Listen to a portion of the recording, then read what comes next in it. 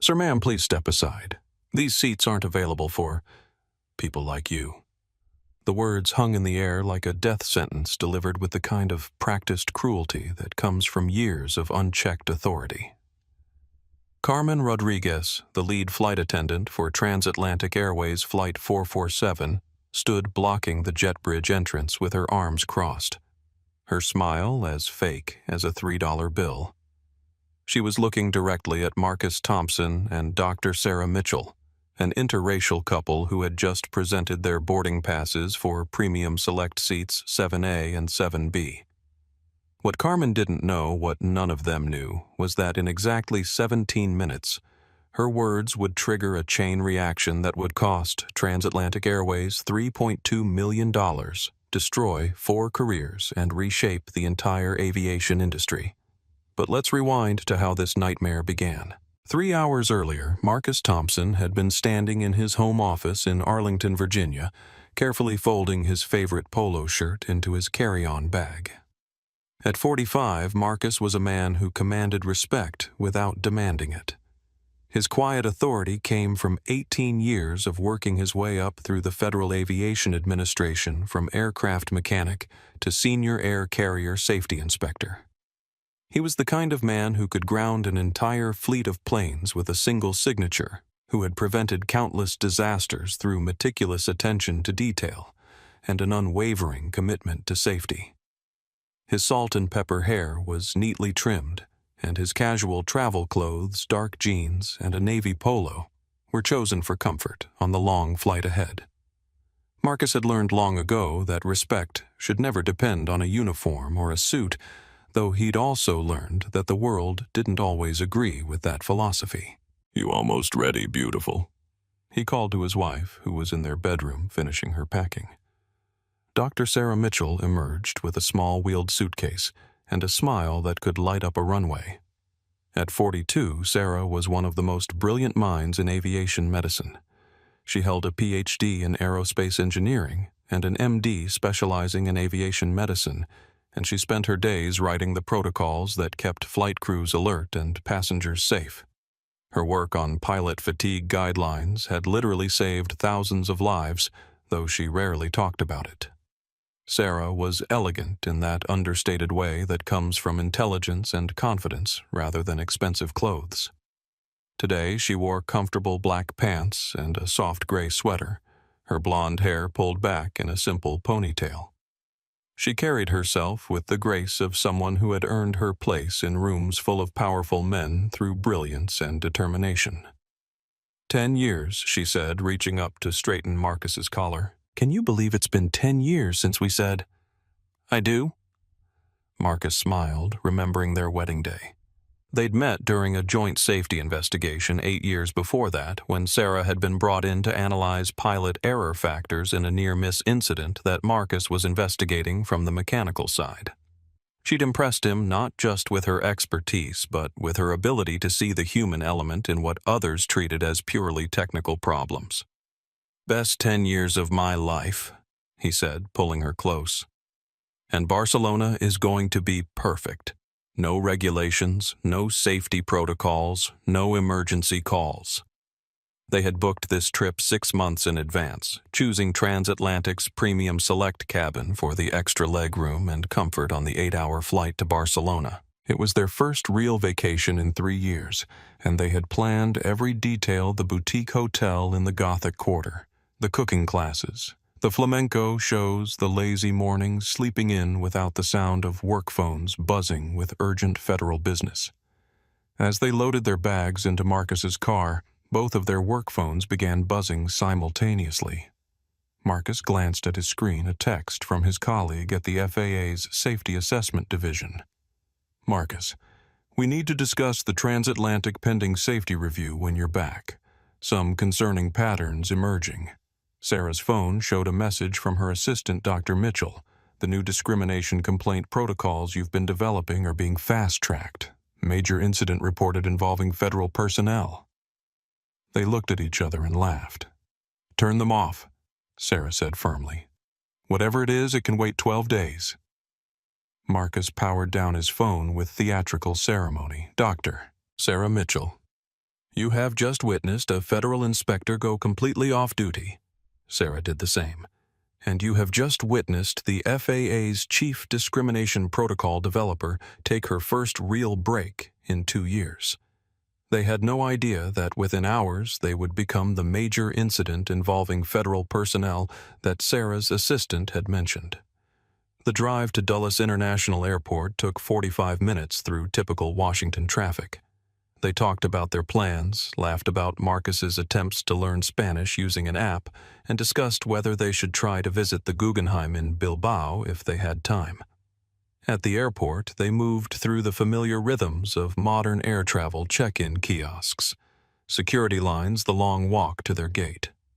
Marcus carried their passports and boarding passes in a leather folio alongside his federal credentials that he carried everywhere out of habit. Sarah had her medical licenses and FAA identification in her purse documents that proved she was one of the most qualified aviation safety experts in the world. Neither of them thought about those credentials as they settled into the uncomfortable chairs at Gate B7, watching planes taxi past the windows. They were just Marcus and Sarah, a couple excited about their anniversary trip, completely unaware that they were about to become the center of a civil rights storm that would make national headlines. The first boarding call came at 2:45 p.m. We'd like to welcome our premium select and first-class passengers to begin boarding transatlantic flight 447 to Barcelona. Marcus stood and offered Sarah his arm with exaggerated gallantry. "Shall we, Mrs. Thompson-Mitchell?" She laughed and took his arm. "We shall, Mr. Thompson-Mitchell." They had hyphenated their names when they married a small decision that felt important to them. Today that decision would prove more significant than they could have imagined. As they walked toward the gate, Marcus felt the familiar flutter of pre-flight excitement. He'd flown thousands of miles for work, but vacation travel still felt special, full of possibility and adventure. Behind them, another passenger was also preparing to board. Maria Santos, a 28-year-old social media coordinator from Miami, had been watching the couple with interest. She'd noticed how comfortable they seemed together, how they moved with the easy synchronization of two people who genuinely enjoyed each other's company. As a Latina who had faced her share of discrimination, Maria had also noticed the subtle once-overs they'd received from other passengers in the gate area, the quick glances and whispered conversations. Maria had a habit of documenting her travels on social media, and something about the atmosphere at the gate had put her on edge. She discreetly pulled out her phone and started recording. Not because she expected anything dramatic to happen, but because she'd learned that sometimes it was important to have a record of how people were treated. Marcus and Sarah approached the gate agent, a middle-aged white woman whose name tag read Jennifer Walsh. They handed over their boarding passes with smiles. Jennifer scanned the passes, and her expression shifted almost imperceptibly. She looked at the passes again, then at Marcus and Sarah, then back at the passes. "Premium Select," she said, her tone carrying a note of surprise that made Marcus's smile fade slightly. "Yes," Sarah replied pleasantly. "Seats 7A and 7B." Jennifer held on to their boarding passes for a moment longer than necessary. "Priority boarding is typically for our frequent flyer members. Are you part of our rewards program?" Marcus reached for his wallet and pulled out his transatlantic rewards card gold level. "Yes, we are." Jennifer examined the card as if it might be counterfeit, then reluctantly handed back their boarding passes. "Enjoy your flight," she said, but her tone suggested she wasn't entirely convinced they would. As Marcus and Sarah walked down the jet bridge, Maria Santos was right behind them, her phone discreetly recording everything. The jet bridge felt longer than usual as Marcus and Sarah made their way toward the aircraft. The enclosed walkway hummed with the sound of air conditioning and the distant rumble of jet engines, but something else filled the space and tension that seemed to thicken with each step. Marcus had felt this feeling before. It was the weight of being watched, evaluated, and found wanting before he'd even spoken a word. It was the exhausting reality of being a successful black man in spaces where some people simply didn't expect to see him. At the aircraft door, a flight attendant stood greeting passengers with a practiced smile. Her name tag read Carmen Rodriguez, and she appeared to be in her late 30s with dark hair pulled back in a severe bun and makeup applied with military precision. Carmen had been with Transatlantic for 12 years, working her way up from domestic routes to international flights, and she took pride in what she considered her ability to read passengers. "Welcome aboard Flight 447, Carmen said, as Marcus and Sarah approached. Her smile was bright and professional as they handed over their boarding passes. Carmen glanced at the passes, and Marcus watched something shift in her expression. It was subtle but unmistakable, the slight tightening around her eyes, the way her smile became a fraction more rigid. "Premium. Select," she said, her tone dropping several degrees in warmth. "Right this way." She led them into the cabin, but Marcus noticed how she moved now with a stiffness that hadn't been there when greeting the white passengers ahead of them. She walked them to their seats, 7A and 7B, spacious pods with dark navy leather and enough room to actually stretch out. "Are you familiar with our Premium Select service?" Carmen asked, her voice carrying an undertone that Marcus couldn't quite place. "We've flown Premium Select before," Sarah replied pleasantly, settling into her seat and immediately reaching for the safety card out of professional habit. Carmen watched Sarah examine the safety information with what appeared to be suspicion. "It's just that we sometimes have passengers who are unfamiliar with our premium cabin protocols." The implication hung in the air. Marcus felt Sarah's hand find his, a subtle signal that she'd heard it too. "We appreciate your concern," Marcus said evenly, "but we're quite comfortable with air travel." Behind Carmen, another crew member appeared. This was Jake Williams, the purser, a man in his early 50s with silver hair and an air of authority that he wore like a uniform. Jake had been with Transatlantic for 25 years, and in his mind, he'd earned the right to run his cabin the way he saw fit. Carmen leaned over to Jake and whispered something that Marcus couldn't hear, but he saw Jake's eyes flick toward them with sharp interest.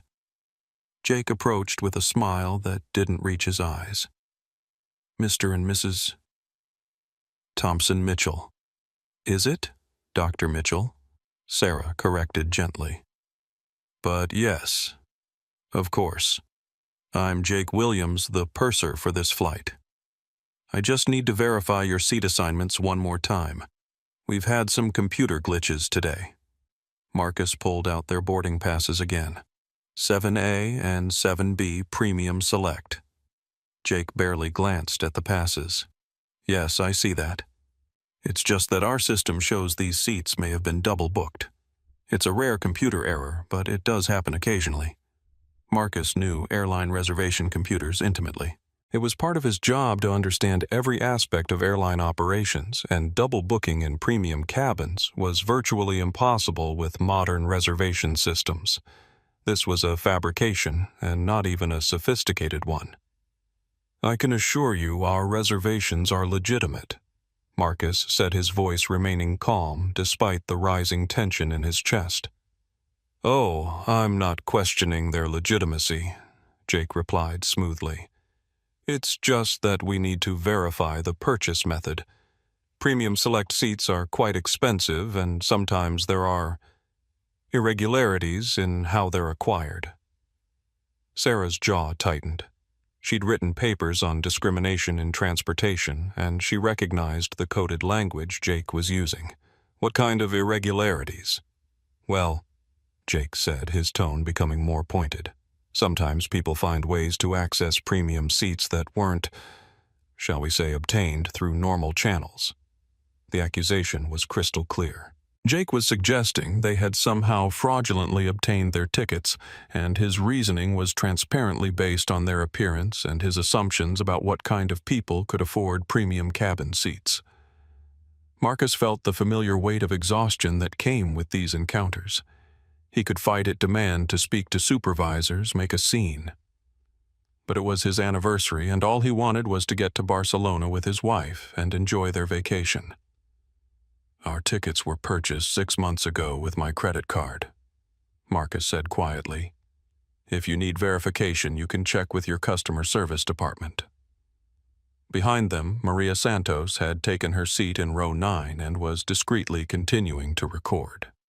She'd heard enough of the conversation to understand what was happening, and her experience as a Latino woman in corporate America had taught her to recognize discrimination when she saw it. Other passengers were boarding now, and Marcus noticed how smoothly Jake and Carmen processed the white passengers around them. A businessman in an expensive suit was greeted warmly and offered champagne without any questions about his ticket legitimacy. An elderly white couple was helped to their seats with deferential attention. But when Jake returned to Marcus and Sarah, his demeanor shifted back to suspicion.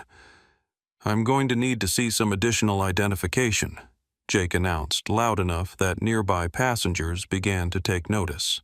Additional identification for what Sarah asked, her professional demeanor beginning to crack. "It's standard procedure when there are questions about ticket validity," Carmen chimed in, though Marcus was certain this was not standard procedure at all. Marcus reached for his wallet, but something in him finally rebelled. "I've shown you our boarding passes, our frequent flyer cards, and offered to provide credit card verification. What exactly are you asking for?" Jake's expression hardened. "Sir, I'm going to need you to lower your voice." "I haven't raised my voice," Marcus replied, and indeed he hadn't. His tone remained level and controlled, but Jake was using a classic technique of tone policing to put Marcus on the defensive. "Look," Jake said loud enough that more passengers were now watching. "We have procedures for suspicious bookings. People try to scam their way into premium cabins all the time using fake cards, stolen information, that sort of thing." The word "people" carried weight that everyone in the vicinity understood. Sarah stood up, her face flushed with anger. "Are you accusing us of credit card fraud?" "I'm not accusing anyone of anything," Jake replied with false innocence. "I'm simply following our security protocols." By now, the interaction had drawn the attention of nearly everyone in the premium select cabin. An elderly white couple, Robert and Helen Barnes, exchanged uncomfortable glances. A young businessman named David Park looked up from his laptop with concern. But other passengers seemed to nod approvingly as if Jake was simply doing his job protecting them from undesirable elements. Marcus felt his phone buzzing in his pocket, but he ignored it. Whatever federal emergency was demanding his attention would have to wait. "What would it take to resolve this?" Marcus asked, fighting to keep his voice steady. "Well," Jake said, "if you could show me the actual credit card used for the purchase, and perhaps some additional documentation proving your identity." It was an impossible standard applied to no one else, and everyone knew it. Marcus and Sarah had been singled out for extra scrutiny based on one thing, only the color of Marcus's skin and Jake's assumptions about who belonged in premium cabins. Behind the growing crowd of onlookers, Captain Richard Burke had emerged from the cockpit to see what was causing the delay in boarding. Burke was 48, a veteran pilot who had flown for Transatlantic for 15 years.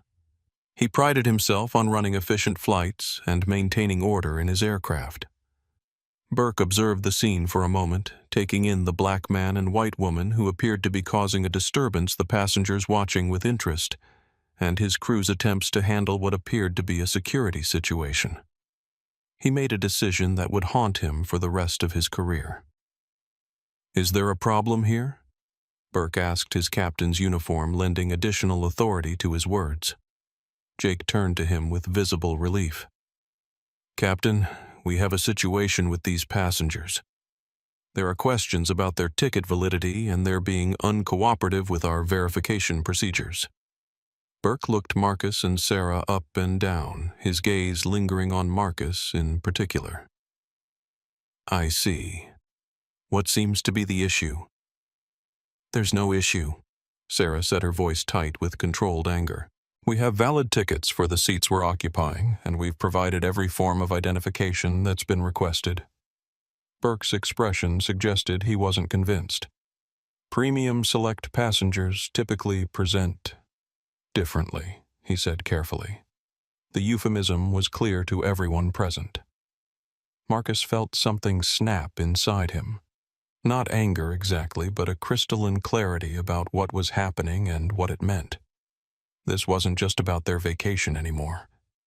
This was about every black professional who had been questioned in spaces where they belonged, every couple who had been made to feel unwelcome because they didn't fit someone else's narrow vision of who deserved respect. Captain Marcus said quietly, "I think you should be very careful about your next words." But Burke had already made up his mind about who these passengers were and what they represented. "Sir, I'm going to have to ask you to come with me." The cabin fell silent, except for the soft hum of air conditioning and the distant sounds of ground crews preparing the aircraft for departure. Captain Burke's words hung in the air like a challenge, and Marcus felt every eye in Premium Select focused on him. "Come with you," where Marcus asked, his voice deadly calm. Burke straightened his shoulders, the 4 gold stripes on his uniform sleeves catching the cabin light. "Off my aircraft. There appears to be some confusion about your tickets, and I won't have my crew questioned or intimidated." Sarah stood up, her face flushed with disbelief. "Intimidated? We've done nothing but answer questions and provide identification." Jake stepped forward, emboldened by his captain's support. "Ma'am, your husband became aggressive when we asked for simple verification." "That's a lie," Marcus said flatly. "I haven't raised my voice or made a single aggressive gesture." Carmen nodded vigorously. "He did seem threatening, Captain, and when we asked about their ticket purchase, they became defensive. The rewriting of history was happening in real time." Marcus watched as his calm responses were transformed into aggression, his reasonable questions twisted into defensiveness, his very presence reframed as threatening. Maria Santos, still recording from row 9, felt her heart racing. She'd seen this before, the way calm black men were characterized as dangerous, the way requesting basic respect was spun as making trouble. Her thumb hovered over her phone, making sure every word was captured. David Park, the young businessman, couldn't stay silent any longer. "Excuse me, but I've been watching this whole interaction. These passengers have been nothing but polite." Burke turned toward him with a sharp look. "Sir, please stay out of this. We're handling a security matter." "Security matter," David pressed. "What exactly is the security threat?" Jake jumped in. "Sir, these passengers presented questionable tickets and became uncooperative when we tried to verify their legitimacy."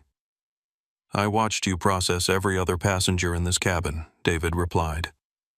"You didn't ask anyone else for additional identification or credit card verification." The truth of that statement hit the cabin like a physical force.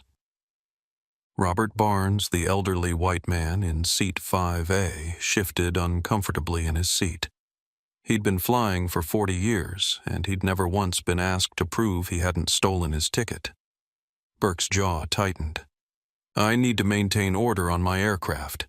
These passengers are creating a disturbance. The only disturbance I see," said a new voice, "is the discriminatory treatment being documented on multiple phones right now."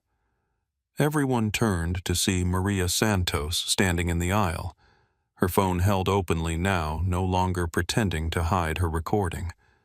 Carmen whirled toward her. "Ma'am, you need to sit down, and phones need to be put away during boarding." Maria didn't move. "The phones will stay out until this harassment stops." Helen Barnes, who had remained quiet until now, spoke up in a shaky voice. "This doesn't feel right. These seem like lovely people." Her husband Robert nodded reluctantly. "I have to agree. This seems excessive." Burke was losing control of the situation, and he knew it. The support he'd expected from his passengers wasn't materializing, and the presence of recording phones meant this incident wouldn't stay contained within his aircraft. "Everyone needs to take their seats," Burke announced. "We have a schedule to maintain." Marcus looked around the cabin, seeing the faces of passengers who ranged from uncomfortable to openly sympathetic. He made a decision that surprised even himself. "Captain, I'm going to make this very simple for you.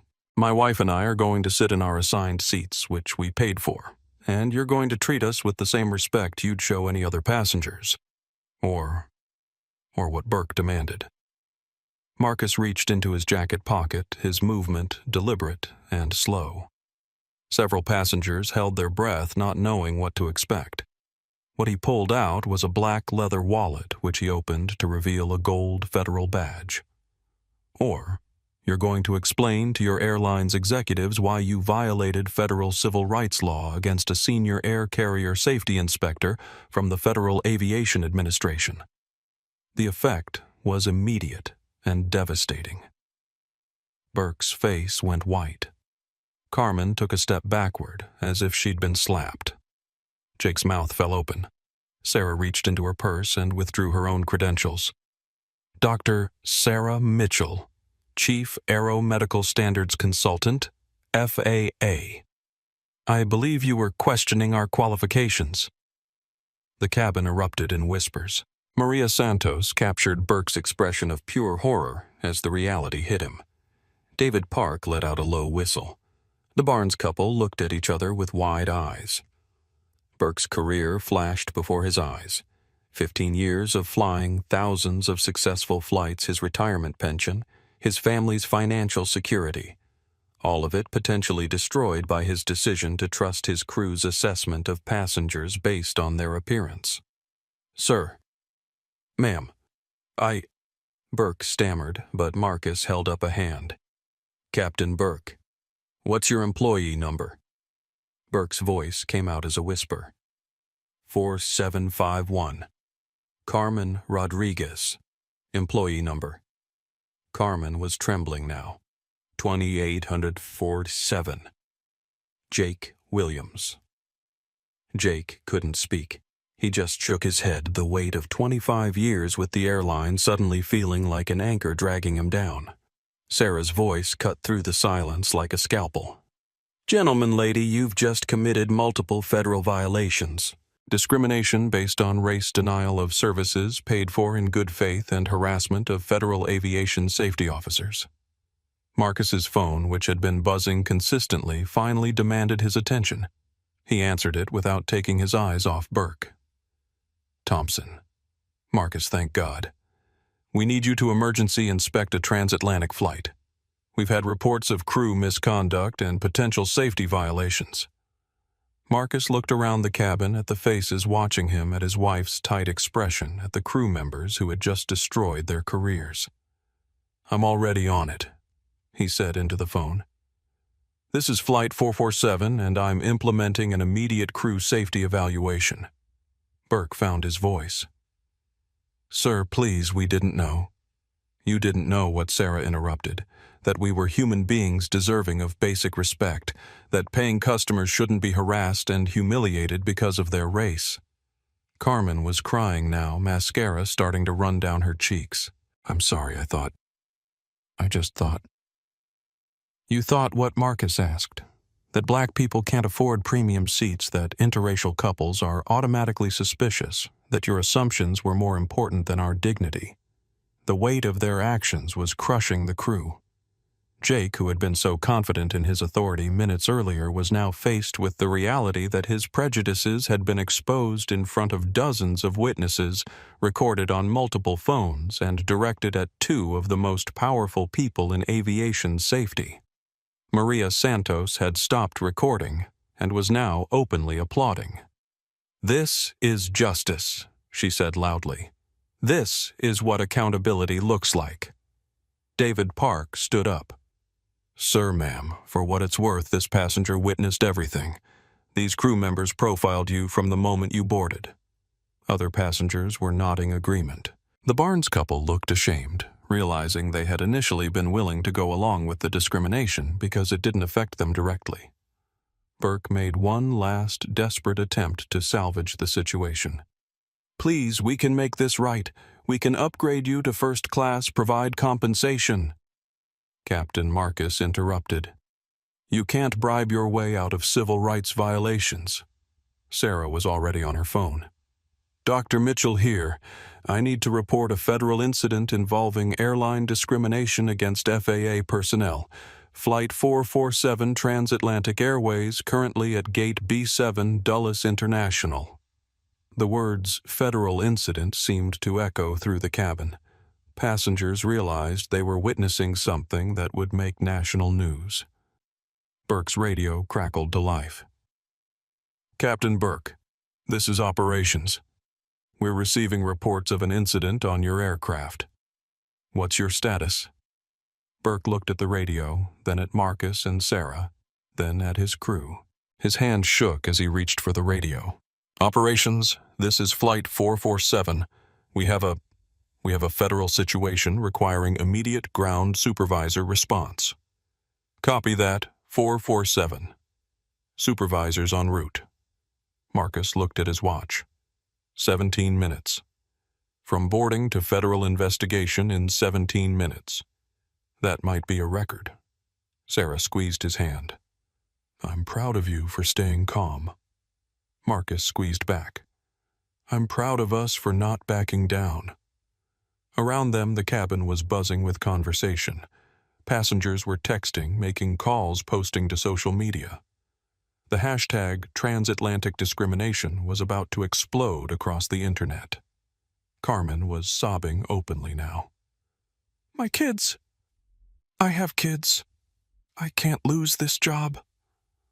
Marcus felt a flicker of sympathy, but Sarah's voice was steel. You should have thought about your children before you decided to humiliate paying passengers. Jake had sat down heavily in the front row, his head in his hands. 25 years of seniority, his pension, his reputation in the industry. Gone because he couldn't see past his own prejudices.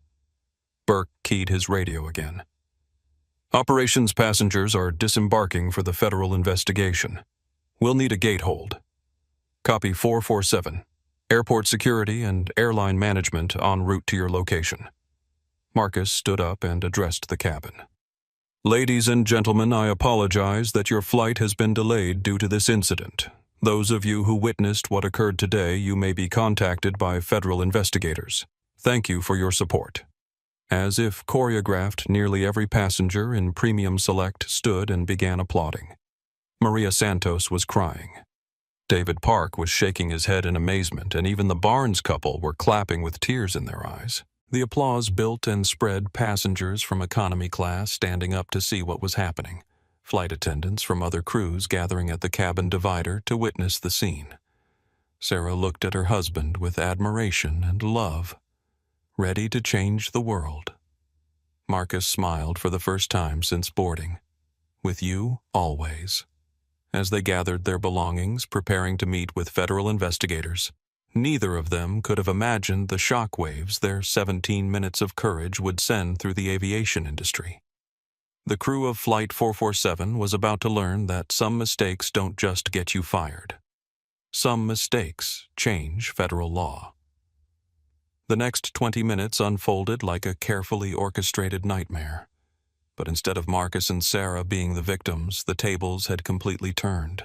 Airport security arrived at the gate in the form of two officers, Roberto Martinez and Jennifer Walsh, both of whom had been expecting to handle a routine passenger removal situation. What they found instead was a cabin full of agitated passengers, a crew in various stages of emotional breakdown, and two federal aviation inspectors who had just documented multiple civil rights violations on video. Officer Martinez, a 10-year veteran of airport security, approached Captain Burke first.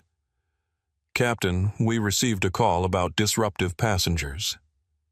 Burke's voice cracked as he responded.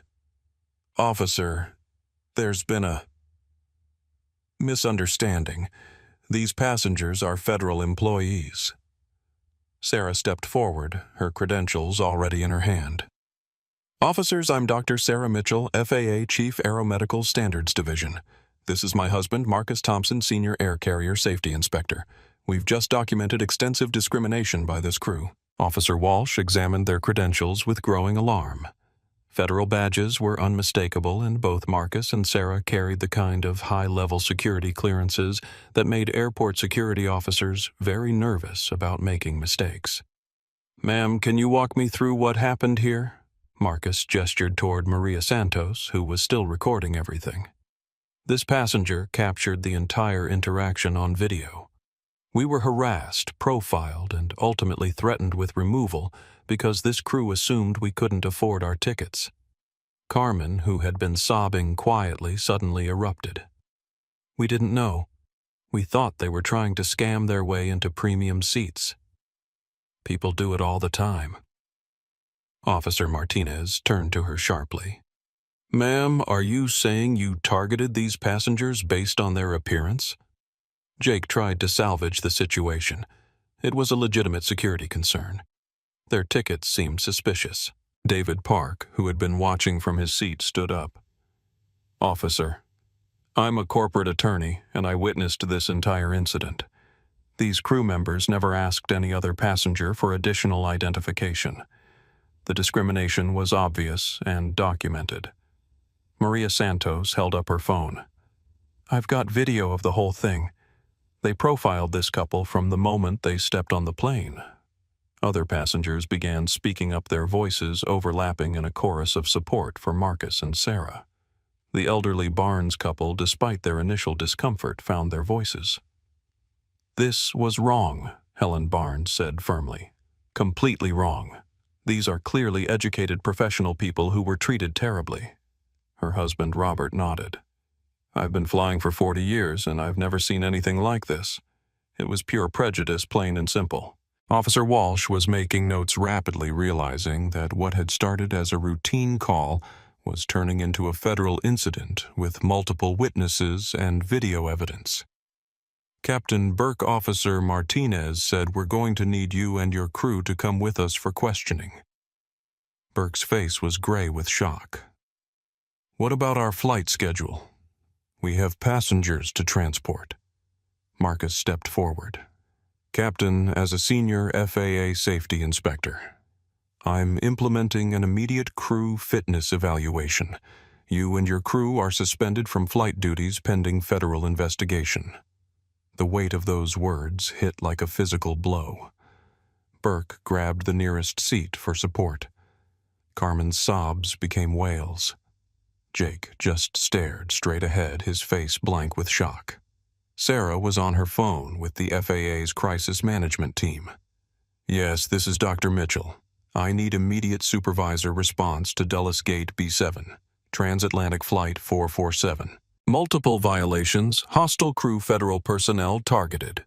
Yes, I'll hold for the director. The passengers in the cabin were rapidly taking sides, with the vast majority supporting Marcus and Sarah. A few passengers, uncomfortable with the turn of events, tried to distance themselves, but their voices were drowned out by the growing chorus of support. Maria Santos had switched to live streaming and her viewer count was climbing rapidly. Y'all, this is insane. This airline crew just discriminated against federal aviation inspectors, the people who literally keep planes safe, and they got caught on camera doing it. The comments on her stream were exploding. This is why we need to record everything. Sue them into bankruptcy. Those crew members just ended their careers. Justice being served in real time.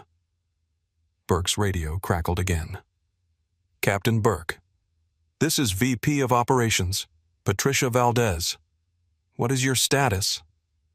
Burke looked at the radio like it was a snake. He knew that Patricia Valdez was one of the most powerful executives at Transatlantic, and he was about to deliver news that would ruin her day, her quarter, and possibly her career. Ma'am, we have a federal incident involving crew discrimination against FAA personnel. The flight is suspended, crew is suspended, and federal investigators are en route. The silence on the radio stretched for nearly 30 seconds before Valdez's voice returned, barely controlled. Did you just say discrimination against FAA personnel? Yes, ma'am. Jesus Christ, Burke. Hold position. Do not speak to anyone else until our legal team arrives. But it was far too late for damage control. Word was already spreading through the airport. Airline employees were gathering at nearby gates, and social media was beginning to light up with the story. Marcus received a call from his supervisor, Director James Harrison. Marcus, I'm getting emergency calls about Flight 447. Please tell me you're not involved in whatever's happening. James. I'm not just involved. Sarah and I are the victims. Transatlantic crew discriminated against us, tried to remove us from our paid seats, and created a federal incident. We need full investigation protocols. Harrison's sigh was audible. How bad is it? Marcus looked around the cabin at the crying flight attendants, the ashamed captain, the angry passengers, and the security officers taking statements. James, this is going to be a career-ending disaster for multiple people and a multi-million-dollar lawsuit for Transatlantic. I'll have a full team there within an hour. Sarah had finished her call and was now speaking with a representative from the Department of Transportation's Civil Rights Office. Yes, we have video evidence, multiple witness statements, and clear documentation of discriminatory treatment. No, we cannot resolve this informally. This requires full federal investigation. Officer Martinez approached Marcus and Sarah. Sir, ma'am, we need to separate the crew for individual statements. Would you be willing to provide your account of events? Absolutely, Marcus replied. But I wanted on record that we were treated with dignity by airport security. The discrimination came entirely from airline crew. As they prepared to leave the aircraft for formal statements, Marcus turned to address the passengers one final time. Ladies and gentlemen, I want to thank you for your support today. What you witnessed was discrimination, pure and simple. Your willingness to speak up to record what happened and to demand better treatment for all passengers gives me hope that we can change this industry. The applause that followed was thunderous.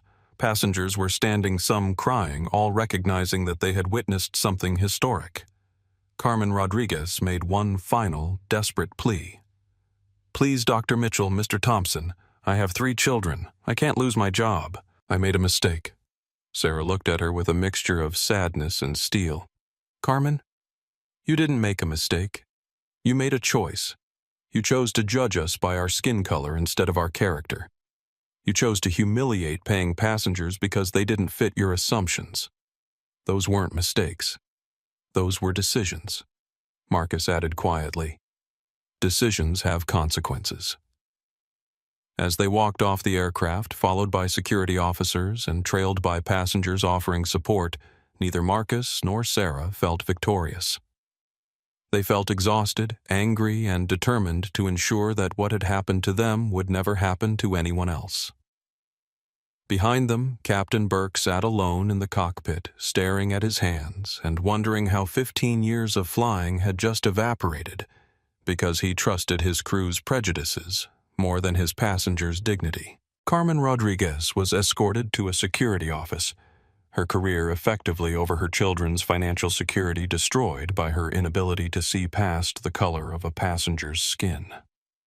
Jake Williams followed in handcuffs not because he was being arrested, but because standard procedure required restraint for crew members involved in federal aviation incidents. His 25 years of seniority, his pension, his industry reputation, all gone in the span of one disastrous flight that never even took off. Maria Santos continued streaming as she walked through the terminal, her viewer count now over 100,000 and climbing. Justice was served today, she told her audience. But it shouldn't take federal badges for people to be treated with basic human respect. The ripple effects were already beginning. Transatlantic's stock price had started dropping as news of the incident spread. Aviation industry forums were buzzing with discussion. Civil rights organizations were preparing statements. Legal experts were being contacted by news outlets for commentary.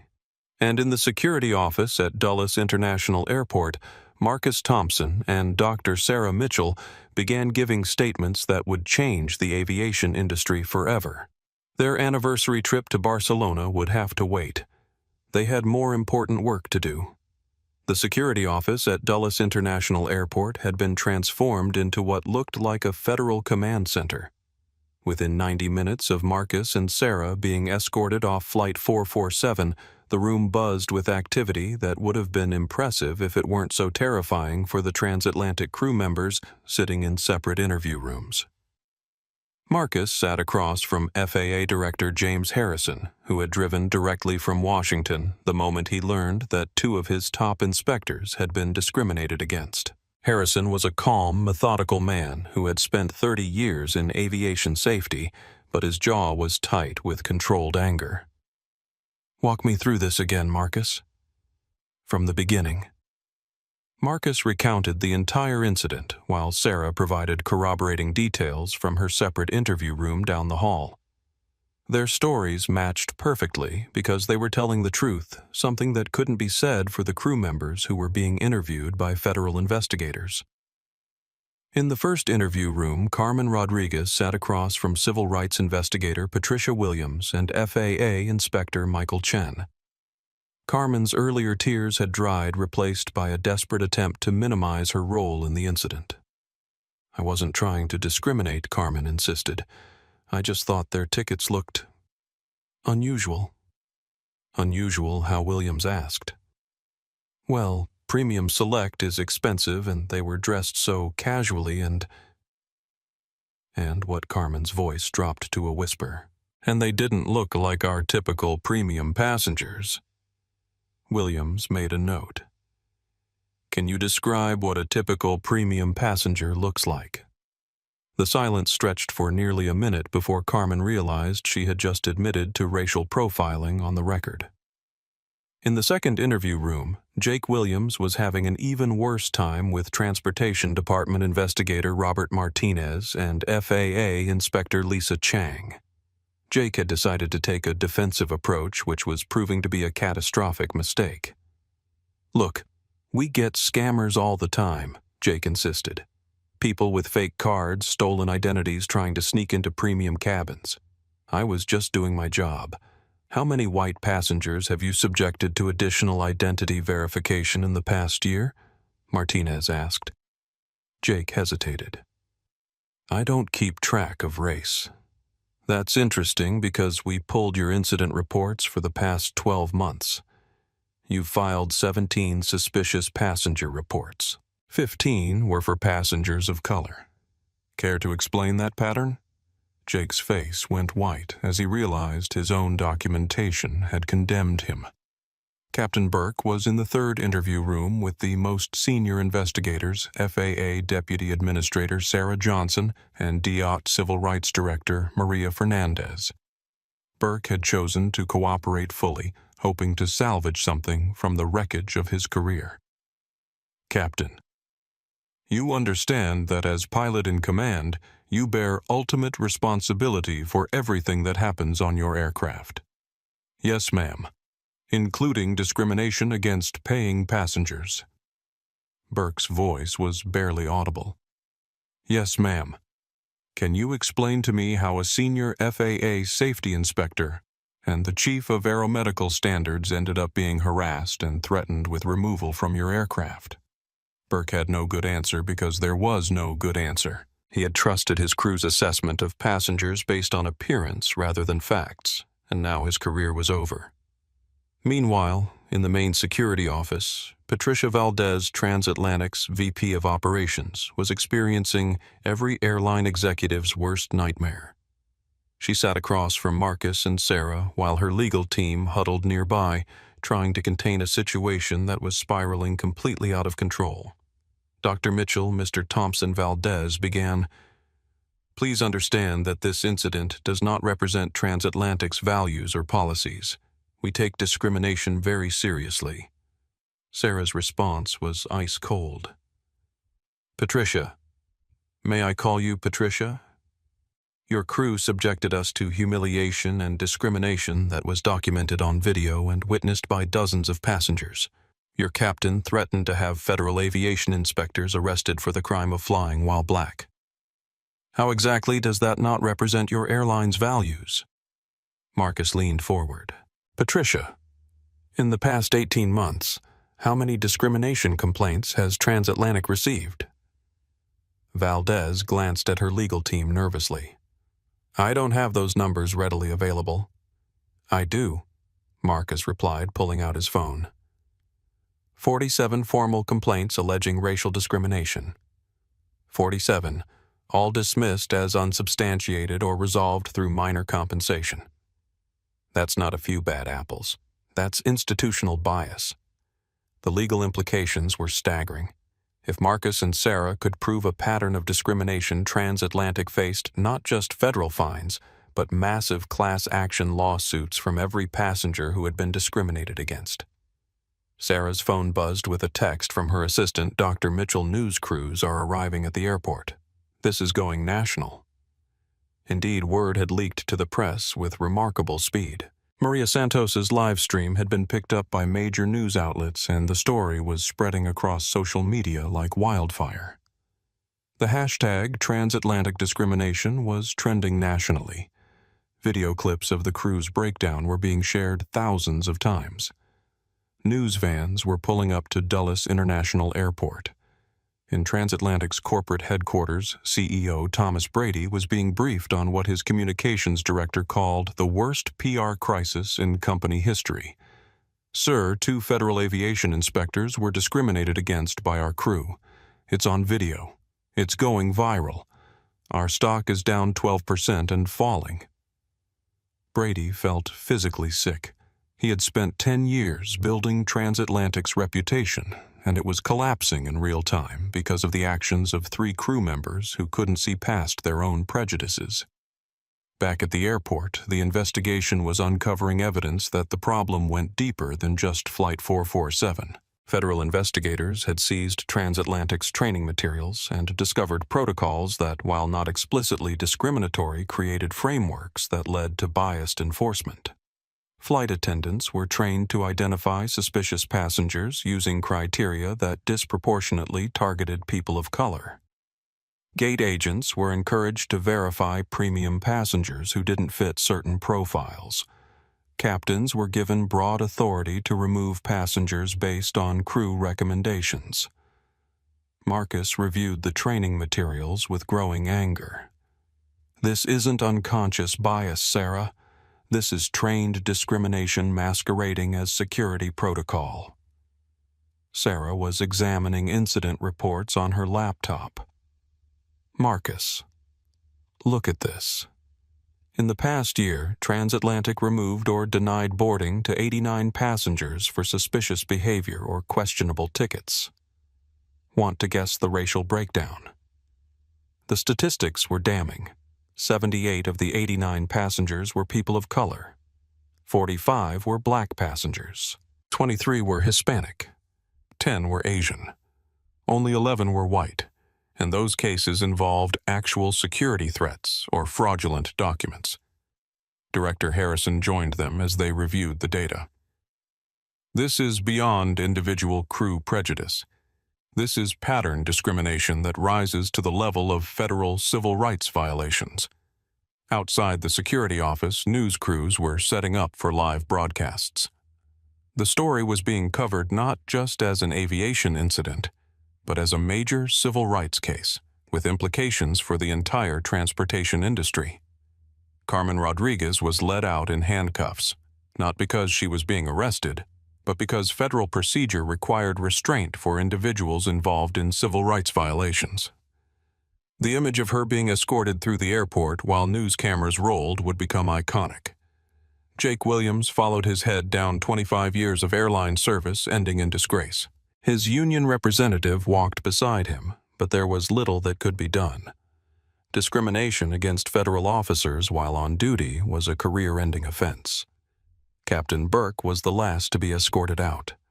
The sight of a 4-stripe airline captain being led away in handcuffs made every aviation news website and would be replayed on evening news broadcasts across the country. As the crew members were being processed, Marcus and Sarah received a call that changed everything. It was from Attorney General Rebecca Martinez, the highest law enforcement official in the United States. "Dr. Mitchell, Mr. Thompson. I've been briefed on your situation. The Department of Justice is opening a formal civil rights investigation into Transatlantic Airways. We want to know if you'd be willing to serve as expert witnesses." Marcus and Sarah looked at each other. They had gone from anniversary travelers to federal civil rights case plaintiffs in less than 6 hours. "We'll do whatever is necessary to ensure this never happens again," Sarah replied. Maria Santos, who had been waiting in the terminal, was approached by a CNN correspondent who had seen her live stream. "Would you be willing to appear on our evening broadcast? Your video is the key evidence in this case." Maria nodded. "People need to see what really happened. This can't be hidden or minimized." Transatlantic stock continued to plummet as investors realized the company faced potentially hundreds of millions in federal fines, lawsuits, and regulatory sanctions. Emergency board meetings were being called. Crisis management firms were being hired. But the damage went beyond financial. The airline's reputation was in freefall. Corporate clients were canceling contracts. Travel agencies were warning customers about potential discrimination. Other airlines were quietly reviewing their own policies to avoid similar scandals. As evening approached, Marcus and Sarah stood in the airport terminal watching news crews broadcast their story to the nation. They weren't sure how they felt. Vindicated, certainly. Angry, absolutely. But also sad that it had taken federal badges and national media attention for them to be treated as human beings, deserving of basic respect. "Ready to go home?" Marcus asked. Sarah squeezed his hand. "Not yet. We have work to do." Their anniversary trip to Barcelona had been canceled, but they had inadvertently launched something much more important, a reckoning that would reshape the aviation industry and send a message that discrimination would no longer be tolerated at 35,000 feet or anywhere else. The crew of Flight 447 had thought they were removing troublesome passengers. Instead, they had awakened a sleeping giant that would transform civil rights in transportation forever. The federal investigation that erupted from the Flight 447 incident moved with the speed and precision of a military operation. Within 48 hours, teams of investigators from the FAA, Department of Transportation, Department of Justice, and FBI had descended on transatlantic airways like a swarm of very well-educated locusts.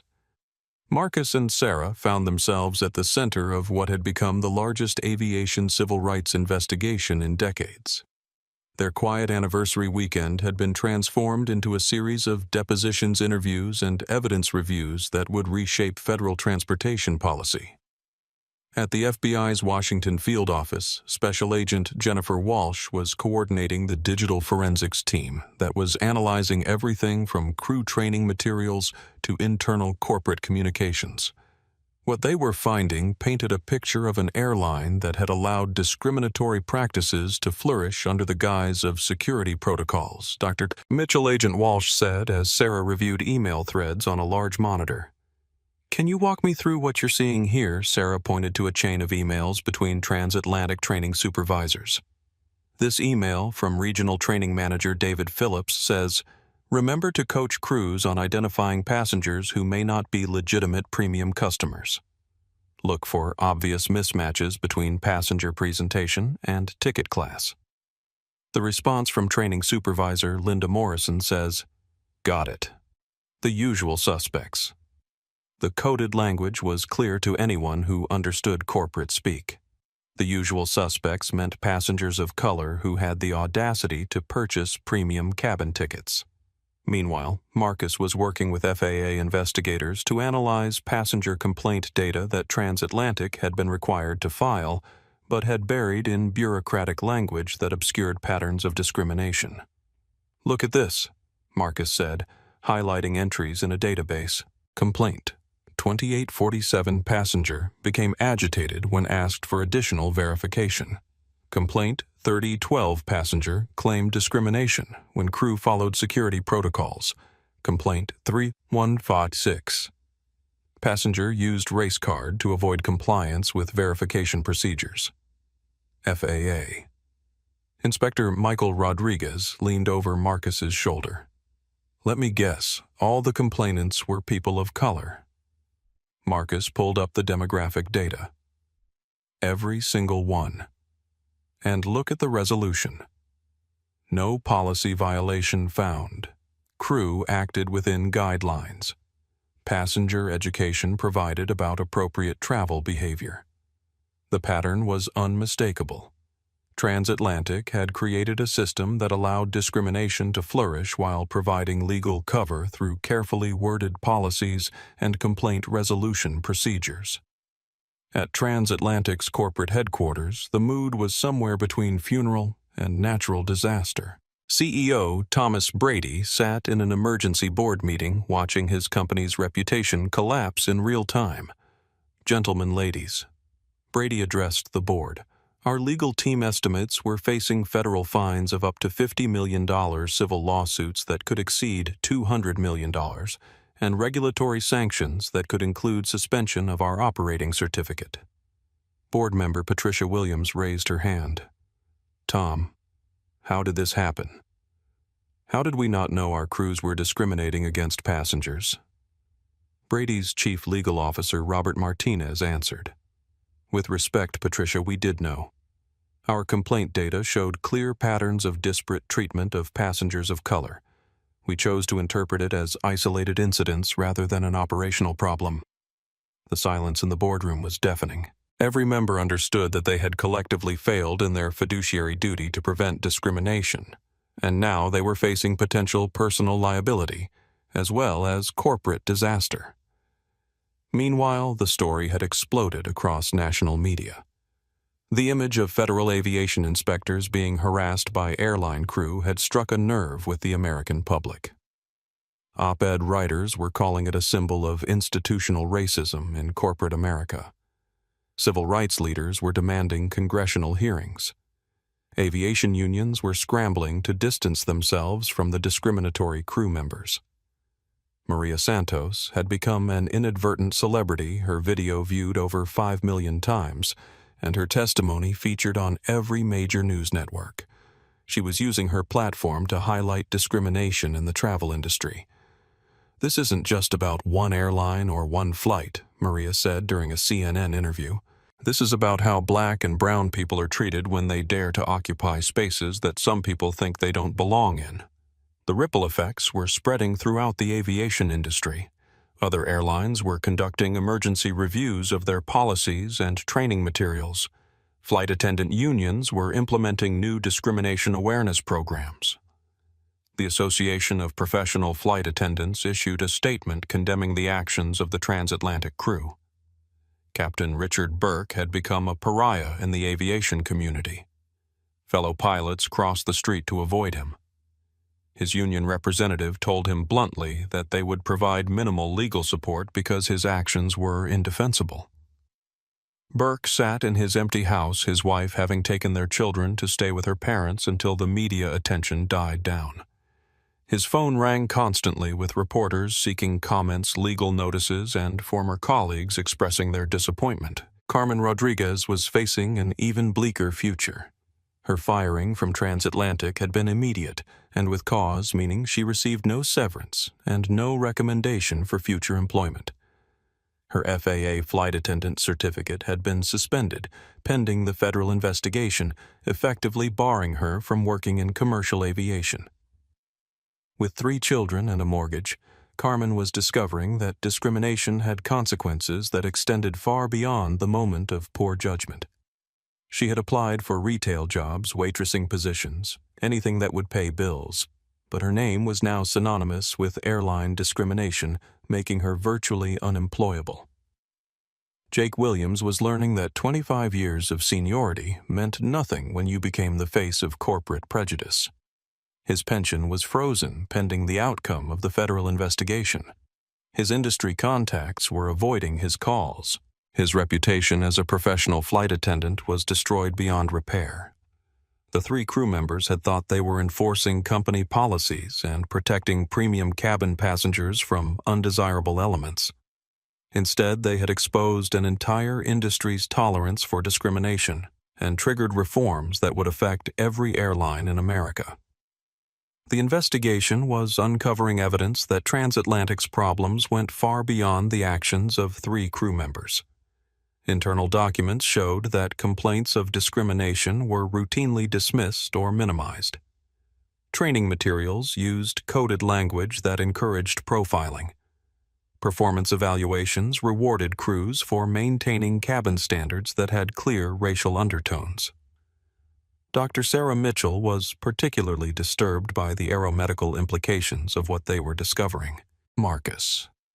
If crews are making decisions based on passenger appearance rather than behavior, they're not just discriminating, they're compromising flight safety. What happens when they miss actual security threats because they're focused on harassing law-abiding passengers? The question highlighted a dangerous paradox.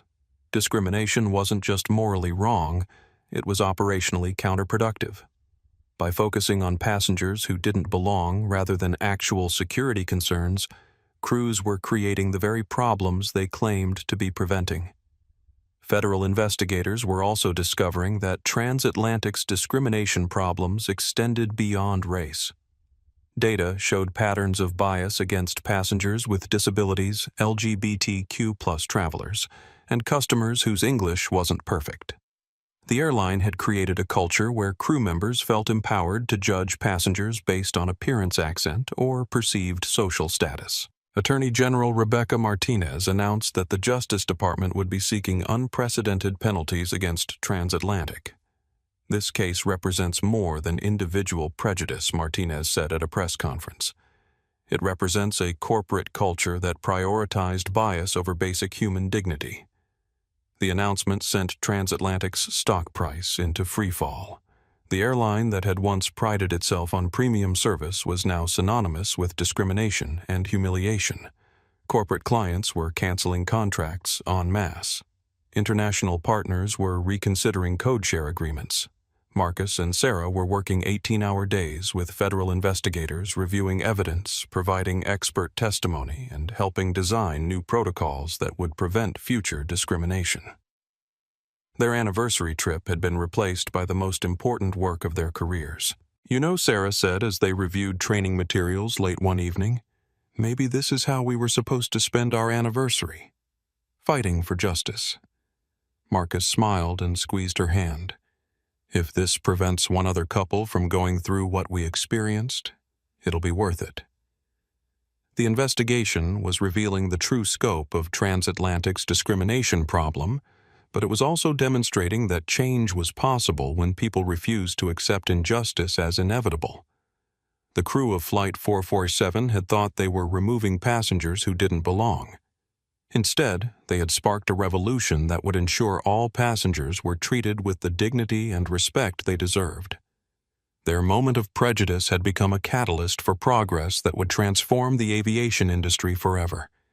6 months after Flight 447 never took off. The consequences of those 17 minutes had reshaped the aviation industry in ways that no one could have predicted. The federal courthouse in Washington, D.C. was packed with reporters, civil rights advocates, and aviation industry officials as Judge Maria Rodriguez prepared to announce the final settlement in United States versus Transatlantic Airways. Marcus and Sarah sat in the front row, their hands intertwined, watching as justice finally arrived for the discrimination they had endured. Behind them sat Maria Santos, David Park, and Robert and Helen Barnes, the passengers whose witness testimony had been crucial to the federal case. Judge Rodriguez looked up from her papers with the gravity that comes with decisions that will be studied in law schools for decades. The court finds that Transatlantic Airways engaged in intentional discrimination against Dr. Sarah Mitchell and Mr. Marcus Thompson based on race in violation of federal civil rights law. The gavel came down like thunder. Transatlantic Airways was ordered to pay $2 million in federal fines, the largest civil rights penalty ever imposed on an airline. The company was required to implement comprehensive bias prevention training for all employees, establish an independent civil rights monitoring board, and submit to 5 years of federal oversight. CEO Thomas Brady had been forced to resign in disgrace. The new CEO, Maria Fernandez, was a civil rights attorney who had built her career fighting discrimination in corporate America. Her first official act was to issue a public apology to Marcus and Sarah and announce the establishment of the Thompson-Mitchell Civil Rights Initiative within the airline. Carmen Rodriguez sat in the gallery, barely recognizing herself from 6 months earlier. Her career in aviation was over. Her finances destroyed, her family struggling to survive on her husband's income alone. She had become a cautionary tale told in diversity training sessions across the industry. Jake Williams was facing personal bankruptcy. His pension had been forfeited, his industry contacts had abandoned him, and he was working night shifts at a warehouse trying to support a family while dealing with the depression that comes with having your life's work revealed as a monument to prejudice. Captain Richard Burke had lost everything. His pilot's license was permanently revoked, his reputation destroyed beyond repair. He sat in the courtroom's back row, a broken man who had learned too late that command authority means nothing without moral clarity. But the real victory wasn't in the punishment of those who had discriminated. It was in the transformation their actions had triggered. The Thompson-Mitchell Protocol had become the gold standard for preventing discrimination in transportation. Named after Marcus and Sarah, the protocol required airlines to document all passenger verification requests, undergo regular bias auditing, and implement real-time discrimination reporting. Marcus had been promoted to Director of Aviation Civil Rights Enforcement, a new position created specifically to prevent future incidents like Flight 447. His first initiative was launching surprise audits of airline operations with federal investigators posing as passengers to test for discriminatory treatment. Sarah had become Chief Bias Prevention Officer for the FAA. Writing new regulations that required airlines to prove their policies didn't have disparate racial impacts. Her aeromedical expertise had helped identify how discrimination actually compromised flight safety by distracting crews from legitimate security concerns. The changes weren't just regulatory. The story of Flight 447 had sparked a cultural shift in aviation. Flight attendant training now included extensive civil rights education. Passenger service representatives learned to check their assumptions. Captains understood that their authority came with responsibility to protect all passengers' dignity. Maria Santos had parlayed her accidental activism into a career fighting transportation discrimination. She now worked for the Civil Rights Coalition documenting bias incidents and helping passengers navigate complaint processes. David Park, the businessman who had spoken up in the cabin, had become an advocate for bystander intervention training. If you see discrimination, he told corporate audiences, your silence makes you complicit. Even Robert and Helen Barnes, the elderly couple who had initially been uncomfortable, had become civil rights advocates in their retirement community, speaking about the importance of standing up for others even when it's uncomfortable. The ripple effects had spread far beyond aviation. The Transportation Equity Act, passed by Congress in response to the Flight 447 incident, established federal civil rights protections across all forms of commercial transportation. The law was signed by the President in a ceremony attended by Marcus and Sarah. As the court session ended, Marcus and Sarah walked out of the courthouse hand in hand. They were surrounded by reporters, but they had agreed to give only one statement. Sarah stepped to the microphones. 6 months ago, we were just a couple trying to take an anniversary trip. We became symbols of something much larger, the idea that respect isn't earned by the size of your wallet or the color of your skin. It's the basic dignity that every human being deserves. Marcus added, we didn't fight this battle for ourselves. We fought for everyone who comes after us, so they won't have to endure what we experienced. The settlement had included a personal award of $2.8 million to Marcus and Sarah, which they immediately donated to civil rights organizations working to combat discrimination in transportation and hospitality. But the real measure of their victory wasn't monetary. It was the letter Marcus had received from a young black engineer who wrote, I flew first class for the first time last month. The crew treated me with respect and professionalism. I thought of you and Dr. Mitchell and realized that your courage made my dignity possible. 3 weeks later, Marcus and Sarah finally took their anniversary trip to Barcelona. They flew first class on a different airline, and the crew, aware of their story, treated them with genuine warmth and respect. As their plane lifted off, Sarah looked at her husband. It wasn't the trip we planned. Marcus squeezed her hand. But it was the journey we needed to take. The crew of Flight 447 had thought they were removing passengers who didn't belong. Instead, they had sparked a revolution that ensured all passengers would be treated with the dignity and respect they deserved. Their moment of prejudice had become a catalyst for progress that transformed not just the aviation industry but the very idea of what equality means in America. 6 months after the settlement, Marcus and Sarah finally made it to Barcelona for their rescheduled anniversary trip. They flew first class on Iberian Airways, where the crew knew their story and treated them with genuine warmth. As they settled into their seats, the flight attendant smiled and said, "Mr. and Dr. Thompson Mitchell, it's an honor to have you aboard today." The transformation was measurable. Discrimination complaints in aviation dropped 89% industry-wide after implementation of the Thompson-Mitchell Protocol. Over 15,000 airline employees completed new civil rights training. The protocol was adopted by Amtrak bus companies and cruise lines, extending its impact across all transportation sectors. Their legacy lived on. Every new flight attendant learned about Flight 447 in training.